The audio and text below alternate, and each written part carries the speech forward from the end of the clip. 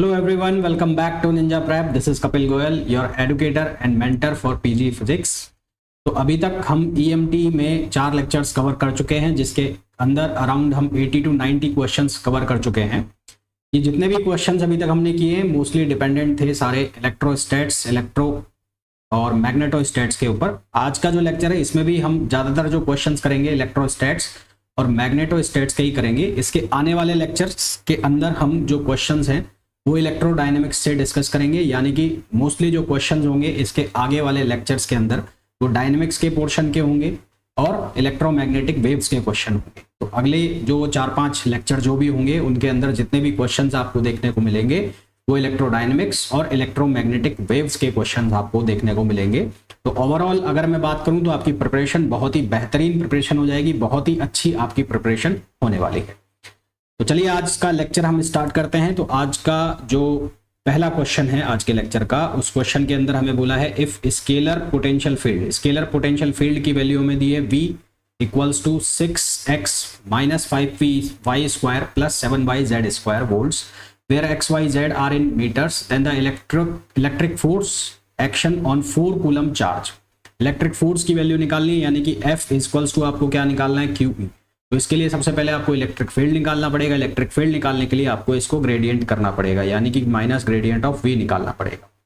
Minus gradient of v जब आप करेंगे तो आप करेंगे d upon D X I cap plus d upon D Y J cap plus d upon D Z K cap, और उसके बाद ये पोटेंशियल की वैल्यू एज इट इज लिख दो 6x minus 5y square plus 7y Z square, ये as it is लिख दिया।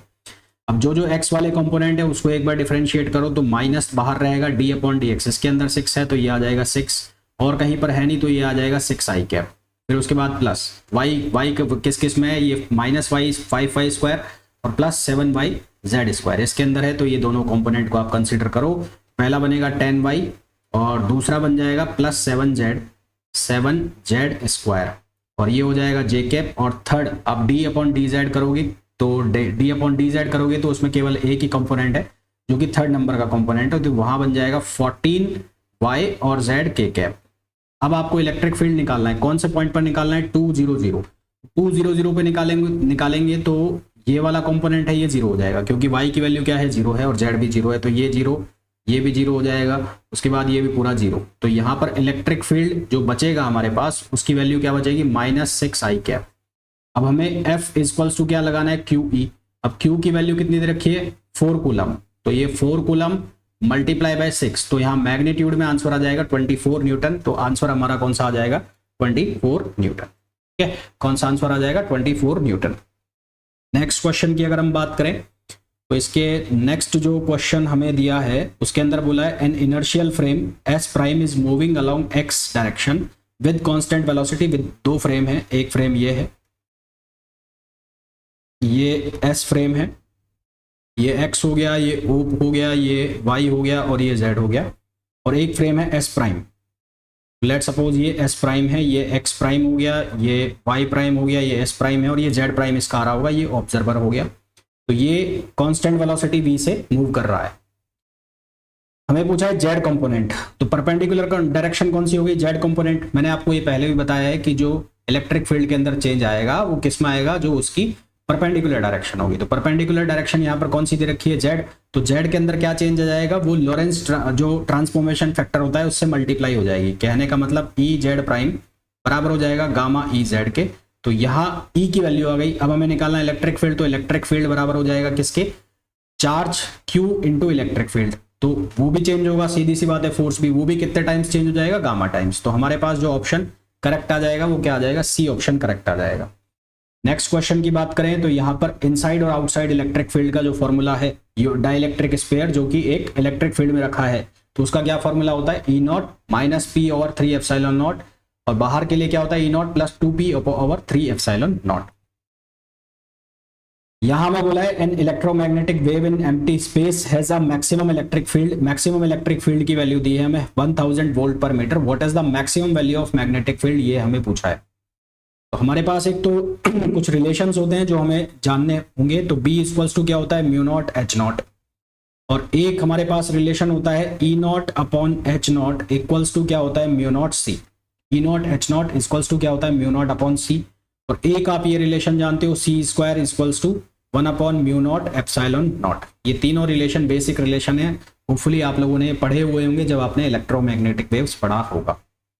तो अब हम क्या कर सकते हैं, यहां से देखो यहाँ लिखा हुआ है म्यू नॉट एच नॉट, यहाँ लिखा हुआ है E naught upon H not equals to mu naught C. ये सारी जो इक्वेशंस हैं इनको अगर मैं आपस में इक्वल करूं, क्या करूं, इक्वल करूं, मैं क्या लिख सकता हूं, B equals to mu not H not, और यहां से इसको अगर मैं क्रॉस मल्टीप्लीकेशन करूं तो क्या बनेगा, ई नॉट अपॉन सी। क्या बन जाएगा, ई नॉट अपॉन सी। तो हमें किसकी वैल्यू निकालनी है, एच नॉट, तो एच नॉट कितना हो गया, बी, ये किसके बराबर हो गया, ई नॉट अपॉन म्यू नॉट और सी की वैल्यू। तो ई नॉट की वैल्यू कितने गिवन है हमें, 1000।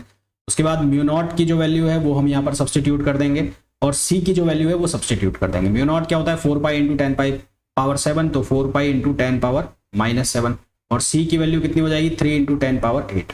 इस पूरे को जब हम सॉल्व करेंगे तो हमारे पास जो आंसर आएगा वो कितना आएगा, 2.65 यूनिट्स। ठीक है, इसको जब हम पूरे को सॉल्व करेंगे तो हमारे पास जो आंसर आएगा वो आएगा 2.65 यूनिट्स। ये क्वेश्चन के अंदर magnetic field B at the centre of O ये सेंटर है, तो इसका मैग्नेटिक फील्ड निकालना है। इसको हम कैसे करेंगे, इसको देखो ऐसे कर लो आप, इसको एक पूरा आप वायर मान लो जिसमें ऐसे करंट फ्लो कर रही है, और एक आप मान लो ये सर्किल हो गया, इस सर्किल में करंट ऐसे फ्लो कर रही है। तो पहला तो इस वायर की वजह से आप मैग्नेटिक फील्ड निकाल लो। वायर की वजह से मैग्नेटिक फील्ड जो होगा स्ट्रेट वायर की वजह से वो कितना हो जाएगा, म्यू नॉट आई ओवर कितना हो जाएगा 2r, है ना, mu naught I over 2 pi r, ये मैग्नेटिक फील्ड हो जाएगा। डायरेक्शन किधर की तरफ होगी, इसकी बाहर की तरफ। डायरेक्शन कैसे मैंने निकाली, जिस डायरेक्शन में करंट फ्लो हो रही है वायर के उस डायरेक्शन में मैंने अपना थंब प्लेस कर दिया, और फिंगर्स जो हैं वो जिस पॉइंट के ऊपर मैग्नेटिक फील्ड निकालना है उधर की तरफ रख दी, और इनको ऐसे घुमा दिया। तो ये जो फिंगर्स है वो बाहर की तरफ निकल आ रही है, इसलिए मैग्नेटिक फील्ड हो गया बाहर की तरफ।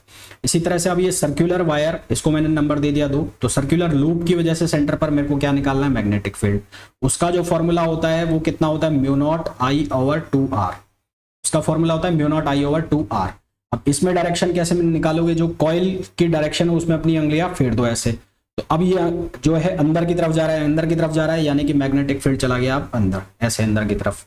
तो एक प्लस का हो गया और एक माइनस का हो गया। तो इसको अब आप सॉल्व करोगे तो आपके पास जो आंसर आ जाएगा नेट मैग्नेटिक फील्ड का, इसकी वेक्टर आपको ऐड करना है, यानी कि डायरेक्शन के साथ ऐड करोगे तो एक प्लस ले लोगे एक माइनस, तो आंसर आ जाएगा आपके पास D, mu not I over 2r 1 - 1 upon pi. Next question पे आइए। क्वेश्चन नंबर 6 में हमें बोला गया है HCl molecule has dipole moment. HCl molecule का डाइपोल मोमेंट हमें गिवन है, कितना है 3.4 इंटू 10 पावर -30 कूलम मीटर। ये डाइपोल मोमेंट है, और इसकी वैल्यू कितनी है 3.4 इंटू 10 पावर -30 कूलम मीटर। ये डाइपोल मोमेंट है। The distance between the ions and the potential energy of an electron of a distance 20 Armstrong from the center of dipole along the line joining the two ions। तो distance निकालनी है। सबसे पहले distance कैसे निकाल लेंगे, P equals to Q D. तो यहां से D इक्वल्स टू क्या आ जाएगा, P ओवर Q। P की वैल्यू कितनी है 3.4 इंटू 10 पावर -30, और Q कितना हो जाएगा, Q हो जाएगा 1.6 इंटू 10 पावर -90। यहां से सॉल्व होगा तो हमारे पास जो वैल्यू आ जाएगी आर्मस्ट्रॉन्ग में, वो आ जाएगी 0.0212 है ना, 0.0212 आर्मस्ट्रॉन्ग। ये तो हमारे पास आ गई डिस्टेंस आर्मस्ट्रॉन्ग के अंदर।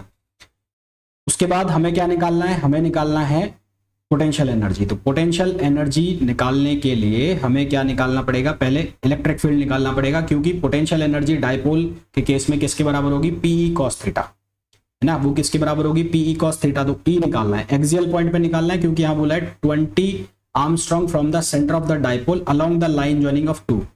तो यहां पर आप फॉर्मूला कौन सा लगाओगे, E axial equals to 2kp over r cube. ये फॉर्मूला आप यूज करोगे तो यहां से आपके पास इलेक्ट्रिक फील्ड की वैल्यू आएगी, और वो इलेक्ट्रिक फील्ड की वैल्यू निकल के आएगी 3.6 इंटू 10 पावर 17।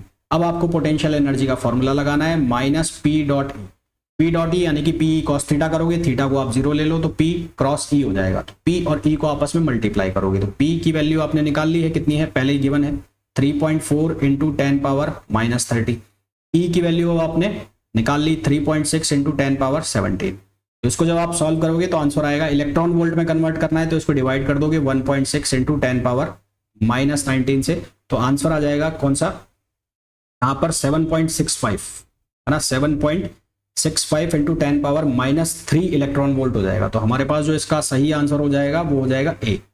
तो आंसर जो करेक्ट हो जाएगा वो हो जाएगा ए, आंसर करेक्ट हो जाएगा। नेक्स्ट क्वेश्चन पे आइए। z component of the curl of field Ex equals to K Y और ई वाई, इसके लिए z कंपोनेंट निकालना है। तो कर्ल ऑफ इलेक्ट्रिक फील्ड करोगे आप, तो कर्ल ऑफ इलेक्ट्रिक फील्ड करो कितना आएगा, आई कैप जे कैप के कैप, इसको लिखोगे डेल अपॉन डेल एक्स, इसको लिखोगे डेल अपॉन डेल वाई, इसको लिखोगे डेल अपॉन डेल जेड। तो ई एक्स की जो वैल्यू है वो कितनी है वाई, और ई वाई की वैल्यू कितनी है जेड, और ई जेड की वैल्यू कितनी है 0। ठीक है, इसका आप अब मैट्रिक्स को सॉल्व कर लो, इसका डिटर्मिनेंट निकाल लो। तो पहला क्या बनेगा, ये आई को रोकोगे तो ये क्या बनेगा, ये तो 0 हो गया, और ये क्या हो जाएगा -1। फिर आप करोगे माइनस जे करोगे तो ये कितना देगा 0, सॉरी यहां से -j करोगे तो ये 0, और ये कितना बनेगा -0 ये भी, और फिर आप करोगे प्लस के करोगे तो ये बनेगा कितना बनेगा z, del z upon Y, तो ये 0 आएगा। ठीक है, और फिर ये वाला कंपोनेंट होगा तो ये कितना बनेगा कितना बनेगा 1 बनेगा, -1, और ये के कैप हो गया। अब हमें कौन सा कंपोनेंट निकालना है, जेड कंपोनेंट। तो जेड कंपोनेंट में कौन सा होगा, यही होगा, और इसकी वैल्यू कितनी हो गई -के कैप। तो आंसर क्या आ जाएगा -के कैप। नेक्स्ट क्वेश्चन पे आइए। The dependency of electric field intensity E with distance r from the centre of a hollow spherical shell of radius r। तो होलो स्फेरिकल शेल के लिए इलेक्ट्रिक फील्ड k⁴r², यानी कि ये जो है r के साथ, r की वैल्यू के साथ इसकी वैल्यू चेंज होगी। अंदर तो होलो स्फीयर के इलेक्ट्रिक फील्ड कितना होता है 0। भाई कैसे निकालते हो इलेक्ट्रिक फील्ड कैसे निकालते हो, मैं एक बार वापस बता देता हूं। ये होलो स्फीयर हो गया, इसके बाहर किसी भी पॉइंट पर आपको इलेक्ट्रिक फील्ड निकालना है, और ये डिस्टेंस हमने मान ली कितनी, r मान ली। तो यहां से एक गाउसियन सरफेस मान लो, गाउसियन सरफेस मानोगे तो कितना हो जाएगा, ये हो जाएगा E.ds और Q एनक्लोज्ड ओवर ε0। तो ds कितना हो जाएगा 4πr², तो आंसर कितना आ जाएगा kq/r²। 4π ऊपर चला जाएगा, ε0 बन जाएगा। तो इसके साथ जब ग्राफ बनाओगे तो ग्राफ कैसा बनेगा, ग्राफ बनेगा अंदर तो है इलेक्ट्रिक फील्ड 0, तो बाहर जो इलेक्ट्रिक फील्ड है सरफेस पे हो जाएगा ये वाला, तो ये सी आंसर आ जाएगा, नहीं इसका आंसर आएगा बी, सॉरी इसका आंसर आ जाएगा बी इसका करेक्ट आंसर आ जाएगा। नेक्स्ट क्वेश्चन पे आइए। A current I is passing through the wire shaped as shown in figure. The magnetic field at the point P. P के ऊपर मैग्नेटिक फील्ड निकालना है। देखो ये जो P पॉइंट है, ये P पॉइंट ये इसी लाइन के ऊपर है जिसके ऊपर ये स्ट्रेट लाइन है। तो स्ट्रेट लाइन को मैं 2 टुकड़े में बांट देता हूं, एक इसको मैंने लिख दिया 2 और इसको लिख दिया मैंने 3।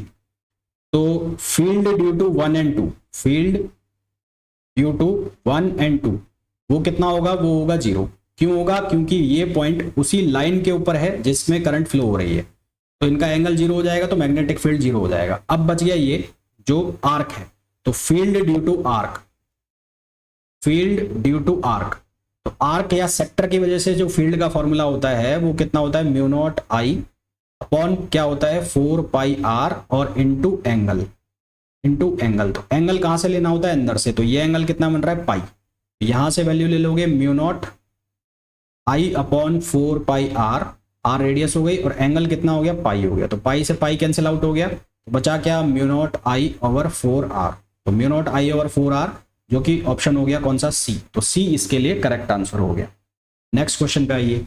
यहां पर पूछा है for potential field V equals to 3x² y minus yz which of the following is not true. इनमें से कौन सा सही नहीं है।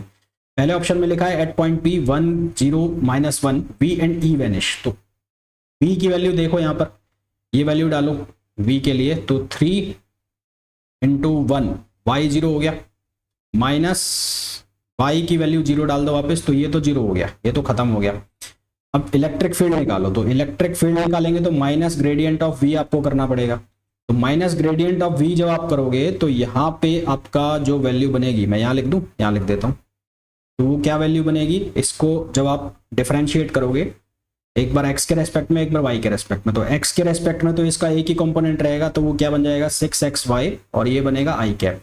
फिर जब y के रेस्पेक्ट में निकालोगे तो एक बार तो ये वाला भी होगा और ये वाला भी, तो ये क्या बनेगा, ये बनेगा 3x² और ये बनेगा माइनस जेड और ये जे कैप प्लस जेड के रेस्पेक्ट में क्या बनेगा सिर्फ वाई, तो वाई के कैप। अब इसका पॉइंट इसके अंदर रखो तो पहला पॉइंट पहला वाला 0 हो गया, दूसरा वाले के अंदर क्या होगा 3 माइनस जेड और माइनस माइनस क्या हो जाएगा प्लस, तो 4 आ जाएगा।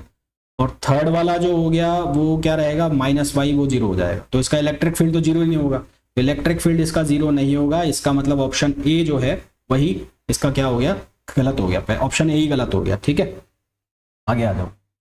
Which one of the these equation is not a Maxwell equation for static electromagnetic field। Static मतलब जो रेस्ट में है, तो उसके लिए इनमें से कौन सी मैक्सवेल इक्वेशन नहीं है, तो रेस्ट के लिए तो ये नहीं होगी, है ना, रेस्ट में है तो ये 0 के बराबर होना चाहिए, नहीं होगी, खत्म। Next, the capacitance of two concentric spherical metal shells with radii A and B is. तो आंसर तो इसका ए आएगा, निकालोगे कैसे, इसके लिए आपने 2 कॉन्सेंट्रिक शेल्स ले लिए, एक की रेडियस हो गई बी और एक की रेडियस हो गई ए। तो आपको कैपेसिटेंस निकालना है, कैपेसिटेंस किसके बराबर होगा, capacitance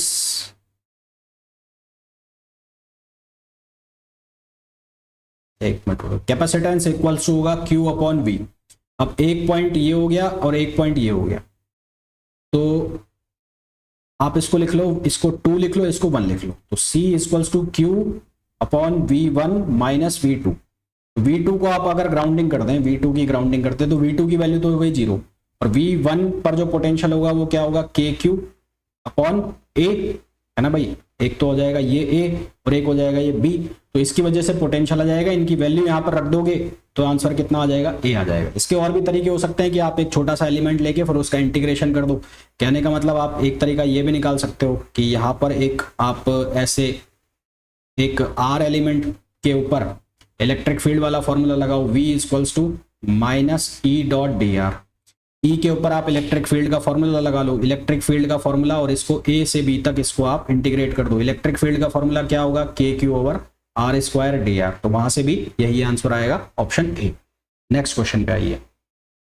the electric potential at dipole at a large distance R goes like.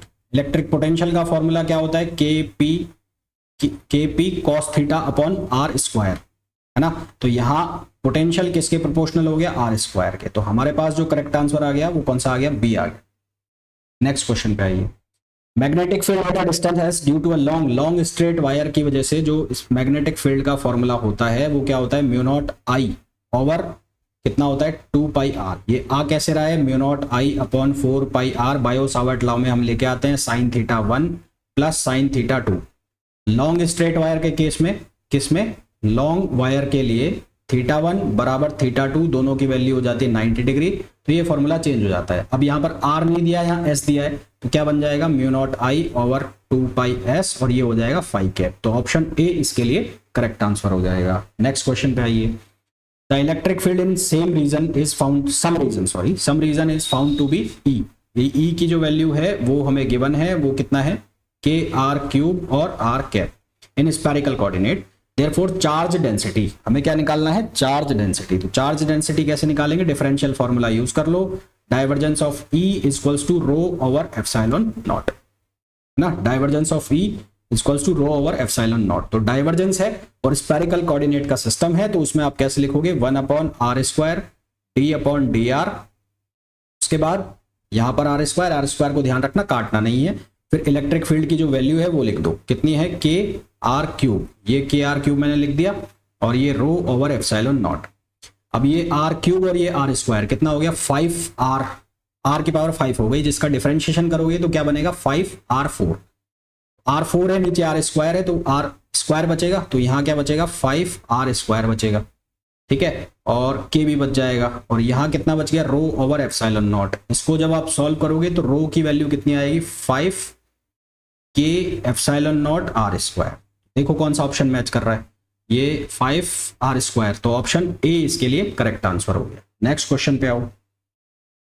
यहां हमें बोला है the energy of a uniformly charge spherical shell. उसके लिए एनर्जी जो होती है U equals to K Q square upon 2 R. K की value 1 upon 4 pi epsilon not, तो कितना हो जाएगा, 8 पाई एप्सिलॉन नॉट आर, और ये कितना हो जाएगा, क्यू स्क्वायर। यहाँ बात हो रही है शेल की बात। तो ऑप्शन बी इसके लिए करेक्ट आंसर हो गया। फिर question number 19, the Poynting vector has the direction, Poynting vector की डायरेक्शन क्या होती है, इलेक्ट्रिक फील्ड और मैग्नेटिक फील्ड के परपेंडिकुलर, तो ऑप्शन सी इसके लिए करेक्ट आंसर हो। ठीक है, तो अभी तक हमने इलेक्ट्रोस्टैट्स और मैग्नेटोस्टैट्स के कुछ क्वेश्चंस किए इन 5 लेक्चर के अंदर, और ये पांचों ही लेक्चर के अंदर जो हमने क्वेश्चंस किए ये किसी ना किसी एग्जाम के अंदर आए हुए क्वेश्चंस थे, तो इनकी इंपॉर्टेंस अपने आप में बढ़ जाती है। अब इसके आगे वाले जो लेक्चर होंगे उनमें हम इलेक्ट्रोडायनेमिक्स के, स्पेशली इलेक्ट्रोमैग्नेटिक वेव्स के क्वेश्चन सॉल्व करेंगे, हम क्वेश्चन सॉल्व करेंगे इंडक्टर के, हम क्वेश्चन सॉल्व करेंगे ईएमआई के, जो कि आने वाले जो अगले लेक्चर्स होंगे उनमें हम सॉल्व करेंगे। एसी यानी कि ऑल्टरनेटिंग करंट के क्वेश्चन भी हम सॉल्व करेंगे। तो अगले 4-5 लेक्चर के अंदर जो ये बचे हुए चैप्टर्स हैं इनको हम फिनिश करेंगे। तो मिलते हैं नेक्स्ट लेक्चर में, till then thank you, bye bye.